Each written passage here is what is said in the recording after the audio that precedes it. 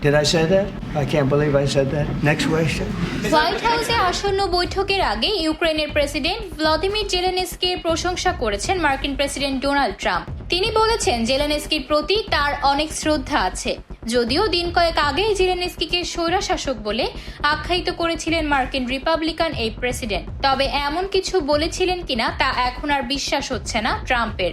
শুক্রবার এক প্রতিবেদনে এই তথ্য জানিয়েছে ব্রিটিশ সংবাদ মাধ্যম বিবিসি। সংবাদ মাধ্যম বলছে, পূর্ব ঘোষণা অনুযায়ী ইউক্রেনের খনিজ সম্পদে যুক্তরাষ্ট্রের অধিকার বিষয়ক চুক্তির বিষয়ে শুক্রবার দুই দেশের প্রেসিডেন্টের একসাথে হোয়াইট হাউসে বৈঠকে বসার কথা রয়েছে। সম্প্রতি জেলেনস্কিকে স্বৈরশাসক বলার কারণে ক্ষমা চাইবেন কিনা এমন প্রশ্নের জবাবে ট্রাম্প বলেন, তিনি বিশ্বাস করতে পারছেন না যে তিনি এই কথা বলেছেন। তার ভাষায়, আমি সেটা বলেছিলাম, আমার এখনো বিশ্বাস করতে পারছি না সেটা। সেই সাথে এই সময় জেলেনস্কিকে খুব সাহসী বলেও অভিহিত করেন প্রেসিডেন্ট ট্রাম্প।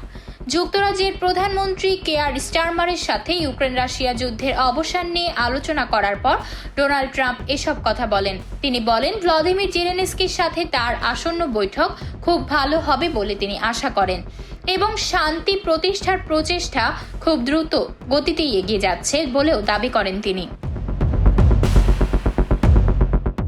এর আগে ডোনাল্ড ট্রাম্প ইউক্রেনীয় প্রেসিডেন্ট জেলেনস্কিকে রাশিয়া ইউক্রেন যুদ্ধের জন্য দায়ী করে, আর বৃহস্পতিবার স্টারমারের সাথে আলোচনার পর ট্রাম্পকে সাংবাদিকরা জেলেনস্কির সাথে আসন্ন বৈঠকের বিষয়ে প্রশ্ন করেন।